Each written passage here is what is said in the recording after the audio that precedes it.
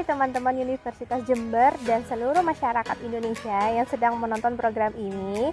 Mungkin Anda semua sedang berada di rumah ya sekarang, atau sedang rebahan sambil menonton YouTube. Nah, di era tahun 2020 ini kita dituntut agar tetap di rumah saja akibat wabah virus COVID-19 yang sudah hampir 1 tahun ini menyerang negara kita tercinta. Tentunya kita harus mematuhi protokol kesehatan agar tidak tertular virus dan harus tetap di rumah saja untuk melindungi diri dan orang-orang tersayang di sekitar kita. Semoga saya dan Anda sekalian senantiasa sehat selalu dimanapun kita berada ya, amin. Nah, sembari di rumah kita harus tetap melakukan kegiatan yang bermanfaat seperti menambah pengetahuan, wawasan, terutama dalam meningkatkan ekonomi rumah tangga. Selain itu, kita juga bisa lebih produktif walaupun sedang di rumah saja, seperti dengan menonton acara program ini. Saya akan memberikan informasi pada Anda sekalian tentang beternak ayam petelur rumahan yang dapat meningkatkan perekonomian rumah tangga daerah serta mekanisme distribusi hasil dan bisnis ayam petelur ini. Sebelum kita lanjut, bahwa di program ini saya ditemani oleh 2 teman saya. Yang pertama ada Ananda Wahyu dan yang kedua adalah Laila. Nah, kami di sini akan memberikan informasi yang menarik dari bisnis ayam petelur. Dan ya, jangan lupa kita harus tetap mematuhi protokol kesehatan ya teman-teman, seperti memakai ini, face shield. Yuk kita simak. Nah, beternak ayam petelur merupakan bisnis yang sangat menguntungkan. Pasalnya, telur merupakan kebutuhan konsumsi untuk sehari-hari. Tak heran di pasaran pun permintaan telurnya selalu tinggi. Sehingga beternak ayam petelur merupakan potensi bisnis yang bisa Anda coba.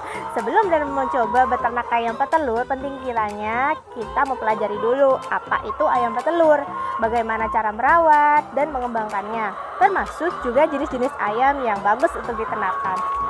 Nah, jika Anda sudah siap memulai bisnis peternak ayam petelur, baiknya Anda mengenali dan memilih jenis ayam petelur yang akan diternakkan. Berikut ini kami sajikan beberapa informasi mengenai 2 jenis ayam petelur yang sering diternakkan. Yuk, simak! Ayam petelur merupakan ayam betina dewasa yang diternakkan dan dibudidayakan khusus untuk diambil telurnya, sehingga Anda tidak bisa sembarangan menternakkan semua jenis ayam. Dalam sejarahnya, ayam petelur merupakan ayam hutan yang diternakkan betinanya khusus untuk diambil telurnya. Namun, seiring berjalannya waktu, banyak produsen yang sengaja membudidayakan betina dari bibit unggulan untuk diternakkan dan diambil telurnya kemudian dijual ke pasar. Beternak ayam petelur biasanya ketika menginjak usia 5 bulan dan mampu bertelur 1-2 tahun kemudian. Berikut ada 2 jenis ayam petelur yang sering diternakkan. Yang pertama ada ayam petelur coklat atau ayam medium. Ayam petelur coklat ini sulit untuk dijumpai dan harganya pun cenderung mahal. Telurnya berwarna coklat, ukuran telur lebih besar dan bentuknya lebih bulat. Karena sulit dijumpai dan harganya mahal, harga telurnya pun lebih mahal. Dan yang kedua ada ayam petelur putih. Ayam petelur ini berat badannya lebih ringan dibanding ayam petelur coklat. Telurnya berwarna coklat dan bentuk telur lebih lonjong dibandingkan dengan ayam petelur coklat. Namun jika diperhatikan lebih lagi bahwa ayam petelur ini lebih sensitif terhadap udara panas dan juga terhadap suara bising. Nah, bagaimana? Kalian sudah tahu kan beberapa jenis ayam petelur yang bagus untuk diternakkan. Selanjutnya, kita akan menjelaskan bagaimana kegiatan, produksi, dan pemasaran dari ayam petelur tersebut. Pada program kali ini akan dibahas mengenai besarnya potensi beternak ayam petelur coklat atau ayam medium. Baiklah, langsung saja kita tanyakan bagaimana sih kegiatan produksi bisnisnya. Kita akan dipandu oleh teman saya Ananda Wahyu. Let's go! Baik teman-teman, di sini saya Ananda Wahyu Jaya Putra akan menjelaskan proses produksi ayam petelur di Desa Kemiri, Kecamatan Panti, Kabupaten Jember. Nah, peternakan ayam petelur itu sendiri. Nah, di sini proses produksinya diawali dengan memberi makan ayam petelur di pagi hari. Di sini proses memberi makan dilakukan pada jam 7 pagi dengan berat 1,2 on untuk setiap ekor ayam petelurnya. Setelah itu ayam diberi minum melalui pipa-pipa kecil yang ada di kandang itu sendiri. Nah, setelah diberi air minum, ayam dibiarkan makan dan minum hingga jam 12.30 siang. Pada jam 12.30 ayam diberi makan dan minum kembali. Untuk proses pemanenan telurnya dilakukan pada sore hari sekitar setelah sholat asar.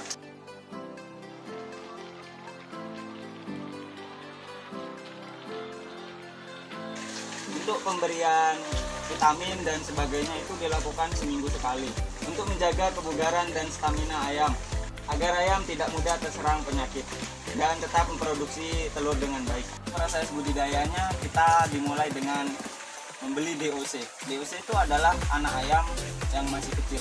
Nah, kita pelihara selama 21 hari dengan paparan sinar lampu untuk menjaga kestabilan suhu ayam itu sendiri. Seperti pada saat asuhan induknya. Setelah 21 hari, ayam dibiarkan tumbuh hingga berumur 16 minggu. Nah, setelah 16 minggu, ayam dipindah ke baterai-baterai yang ada di kandang ayam itu untuk proses produksi. Ayam bisa berproduksi dimulai dengan umur 16 minggu hingga 24 bulan. Itu sekitar 2 tahun ya. Untuk selanjutnya, afkir itu biasanya dibeli oleh para tengkulak-tengkulak unggas yang datang sendiri langsung ke kandang kita. Untuk lebih jelasnya, mari kita simak penjelasan dari peternak ayam telur di Desa Kemiri ini. Nah, dia adalah Bapak Juremi. Mari kita tanyakan kiat-kiat keberhasilannya untuk menjadi peternak ayam sukses. Teman kita sudah bersama peternak kita, Bapak Juremi. Biasanya disebut dengan Bang Jo. Ya, betul. Bang Jo, bagaimana kesehariannya dari proses produksi ayam petelur ini? Dari pagi, awal mulai. Ya. Kalau pagi jam 6:30 itu bersihkan galon sampai bersih sampai selesai. Jam 7 kita ngasih makan, jam 8 selesai. Di situ kita turun istirahat. Setelah itu nanti kita prosesnya lagi jam 10 kita mulai Panen telurnya ya? panen telurnya jam 10 sampai jam 11, jam 12 istirahat. Mulai makan sorenya lagi jam setengah 2. Jam 2 sampai jam setengah 4 kita sudah selesai. Itu untuk kesehariannya. Kesehariannya. Kalau untuk kendalanya mungkin ada penyakit menyerang gitu atau bagaimana? Ya, kalau kita harus melakukan sesuatu. Kalau untuk musim kayaknya musim hujan ya, nggak bisa. Itu biasanya kendalanya pilek, terus itu Cacingnya mungkin ya? cacing itu biasanya 3 bulan sekali. Cuman kendala yang lainnya ya. Biasanya kalau pilek itu ke ayam itu bagaimana? Pilek ke ayam itu dia nggak mau makan, kadang nggak mau minum, nggak produksi. Sama Jadi seperti nggak nelur ya? nggak nelur, sama kayak orang nggak kerja. Dia sakit nggak kerja ayam itu kan ya. Memang kita nggak tahu ya, gitu lah. Oh iya. Nah, untuk keuntungannya ya nggak apa ya, kita cerita sedikit untuk keuntungannya. Nah, untuk ayam, untuk budidaya ayam petelur ini kerugian itu biasanya ada di angka harga telur berapa? 15.000 kita nggak dapat, kita rugi. Oh, kalau biasanya harga telur paling rendah di sini berapa? Paling rendah di sini 16,5, 17. Jadi otomatis produksi ayam telur ini menjanjikan lah ya. Menjanjikan, sangat menjanjikan dibandingkannya, sangat menjanjikan untuk proses penyaring. Ya. Lebih bagus prospek. Untuk alasannya Bapak sendiri, kenapa kok pilih beternak ayam petelur? Karena ayam telur ini disukai sama masyarakat ya, terutama di minyaknya nggak tahu. Terus di Indonesia sendiri kan ini udah bahan makanan pokok. Setiap di warung ya, di toko ada beras, ada indomie, pasti ada telur. Kalau nggak ada telur bukan spesial, man. Itu Indonesia. Indomie gak pakai telur juga gak spesial ya? Lain kalau di luar negeri kan, kebanyakan kan daging sama daging. Sama telur. Ya. Karena kenapa saya pilih ini tuh penghasilannya harian. Setiap hari kan. Oh iya, karena ayam bertelur setiap hari. Iya. Kalau saya nggak pilih ayam potong karena ayam potong bulannya nanti butuh hari-harian belanja makan, shopping kan harus pakai. Ya, baik, terima kasih Om Siap. untuk informasinya. Terima kasih. Ya. Baik teman-teman, itulah penjelasan dari peternak ayam kita. Terima kasih. Selanjutnya akan dijelaskan oleh teman kita. Dadah. Hai teman-teman, pastinya masih stay tune kan sama kita semua. Sebelumnya teman-teman sudah mengetahui kan apa sih ayam petelur itu dan bagaimana sih kegiatan usaha tani yang dilakukan pada ayam petelur. Nah, selanjutnya saya akan menjelaskan tentang subsistem agribisnis yang ada, di mana subsistem agribisnis memiliki 4 macam, yaitu subsistem agribisnis hulu, subsistem usaha tani, subsistem agribisnis hilir, dan subsistem penunjang. Yang pertama, saya akan menjelaskan tentang subsistem agribisnis hulu, merupakan kegiatan usaha yang menghasilkan sarana produksi beserta jaringan distribusinya yang termasuk dalam subsistem agribisnis hulu, yaitu pembibitan, industri pakan ternak, industri obat-obatan, feed supplement, vaksin, dan industri peralatan peternakan. Yang selanjutnya yaitu subsistem usaha tani, di mana dalam subsistem ini merupakan kegiatan usaha di tingkat peternak yang mengelola input-input yang ada seperti lahan, tenaga kerja, modal, teknologi, dan manajemen di dalamnya untuk menghasilkan telur.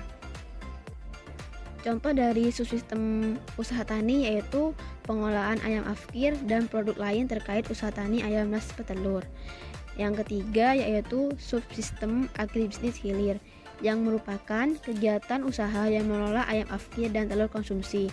Bisa juga disebut sebagai kegiatan pemasaran ataupun agroindustri yang ada.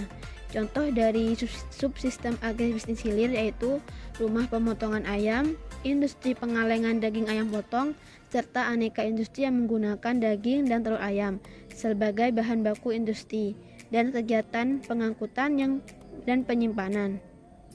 Yang terakhir yaitu subsistem penunjang, di mana merupakan subsistem yang menunjang ketiga subsistem di atas. Termasuk subsistem ini diantaranya yaitu lembaga pendidikan, penyuluhan, jasa transportasi, jasa asuransi, jasa perbankan, dan jasa keuangan, ataupun kebijakan pemerintah yang ada sebagai anggaran pembangunan, harga input dan output, pemasaran dan perdagangan, serta peningkatan sumber daya manusia. Nah, sebagai penutup dari acara program ini, saya dan teman-teman saya mengucapkan banyak terima kasih kepada teman-teman semuanya karena telah menyaksikan program yang sangat menarik dan mengedukasi ini. Terima kasih atas partisipasinya dan saya ucapkan terima kasih. Dadah.